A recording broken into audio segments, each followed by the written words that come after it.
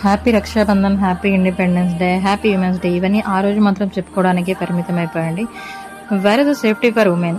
Age గ్రూప్తో సంబంధం లేకుండా పిల్లలని కాదు, యంగ్స్టర్స్ అని కాదు, మ్యారీడ్స్ అని కాదు, ముసలి వాళ్ళని కాదు, ఏ ఉమెన్కి కూడా సేఫ్టీ లేకుండా పోయింది. ఫస్ట్ ఆఫ్ ఆల్ ఆల్వేస్ ఆడపిల్లల్ని జాగ్రత్తగా ఉండు, జాగ్రత్తగా వెళ్ళు అని చెప్పడం కాకుండా మగపిల్లలు ఉన్న పేరెంట్స్ కూడా మగపిల్లల్ని టీచ్ చేయాలండి. How to behave with girls, how to respect girls. ఇవన్నీ మనం చిన్నప్పటి నుంచే పిల్లల్ని ఎడ్యుకేట్ చేస్తే వాళ్ళు తెలుసుకోవడానికి కొంచెం టైం పడుతుంది. మనం కూడా బాయ్స్ ఎలా బిహేవ్ చేస్తున్నామో అనే విషయాన్ని మనం కూడా అబ్జర్వ్ చేస్తూ ఉండాలి.